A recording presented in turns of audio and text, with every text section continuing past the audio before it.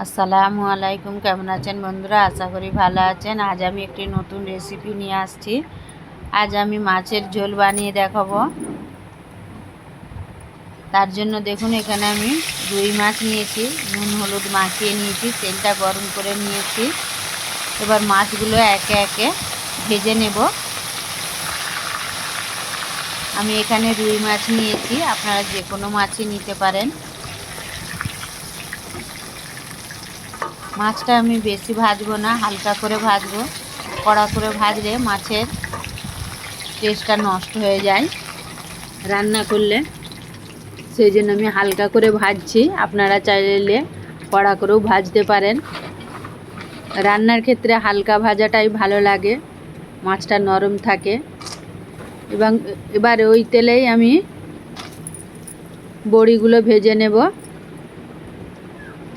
বড়িগুলো হালকা করে ভাজবো, খুব বেশি ভাজবো না। কড়া করে ভাজলে বড়িগুলো সেদ্ধ হবে না, তাই হালকা ভাজতে হবে। লালচে কালার এসে গেলেই বড়িগুলো তুলে নিতে হবে।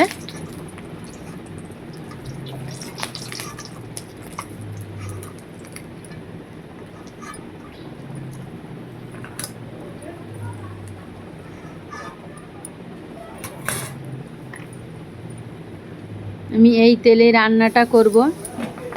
এবার এই তেলে নুন ও অল্প হলুদ দিয়ে আলুগুলো ভেজে নেব।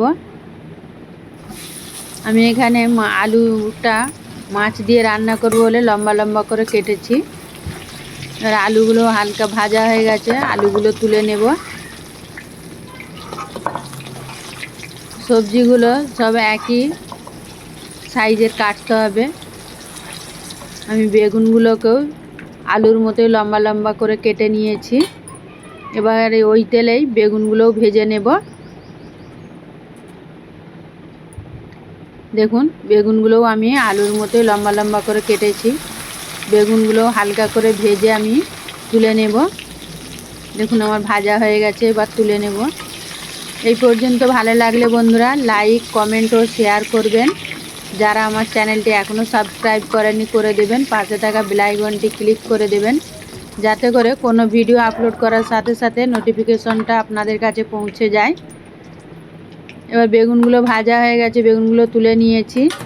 আবারও ওই তেলেই আমি সজনে ডাঁটাগুলো অল্প ভেজে নেব।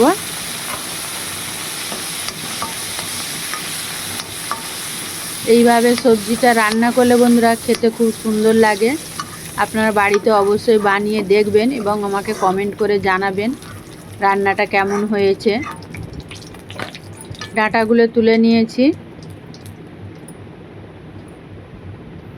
এবার ওই তেলেই অল্প কালো জিরে ও দুটো শুকনো লঙ্কা ফোড়ন দিয়ে দেব।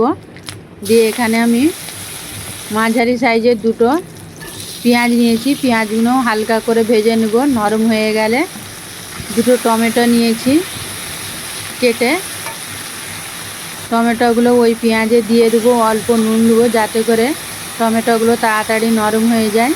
টমেটোগুলো কষিয়ে নিয়ে অল্প অল্প করে পানি দেব। পানি দিয়ে এটা কষাতে থাকবো, নইলে সব পুড়ে যাবে মশলাগুলো। সেই জন্য অল্প অল্প করে পানি দিতে হবে আর কষাতে হবে। এবারে সব মশলা দিয়ে দেবো অল্প অল্প করে। হলুদ গুঁড়ো, লঙ্কার গুঁড়ো দিয়ে আমি ভালো করে কষাবো। দেখুন, কষানো হয়ে গেছে, উপর থেকে তেল ছেড়ে দিয়েছে। এবার আলু ও সবজিগুলো দিয়ে হালকা কষিয়ে নেব। আগে আলুটা শক্ত, তাই আলুটা দিয়ে কষিয়ে নেব। বেগুনটা দিয়ে কষানোর দরকার নেই, বেগুনটা ঘেঁটে যাবে। সেই জন্য আলুটা দিয়েই কষিয়ে নেব ভালো করে।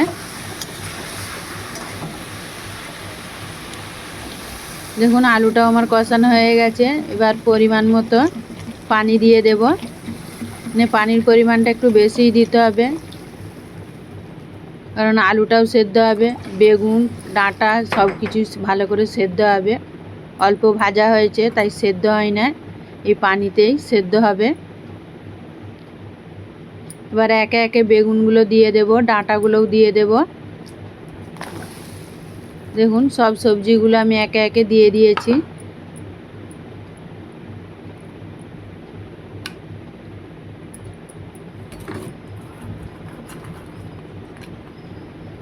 এবার ফুলবড়িগুলোও দিয়ে দেব আর ভাজা মাছগুলো দিয়ে দেবো। দিয়ে আমি বেশিক্ষণ রান্নাটা করতে হবে না বন্ধুরা, 10 মিনিট রান্নাটা করলেই রান্নাটা হয়ে যাবে।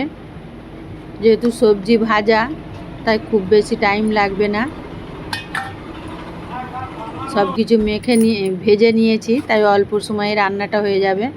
10 মিনিট পর আমি ফিরে এসে আপনাদের দেখাচ্ছি। দেখুন আমার রান্নাটা হয়ে গেছে। এবার ওপর থেকে ধনেপাতা দিয়ে দেব, দিয়ে এটা আমি 5 মিনিটের জন্য রেস্টে রাখবো।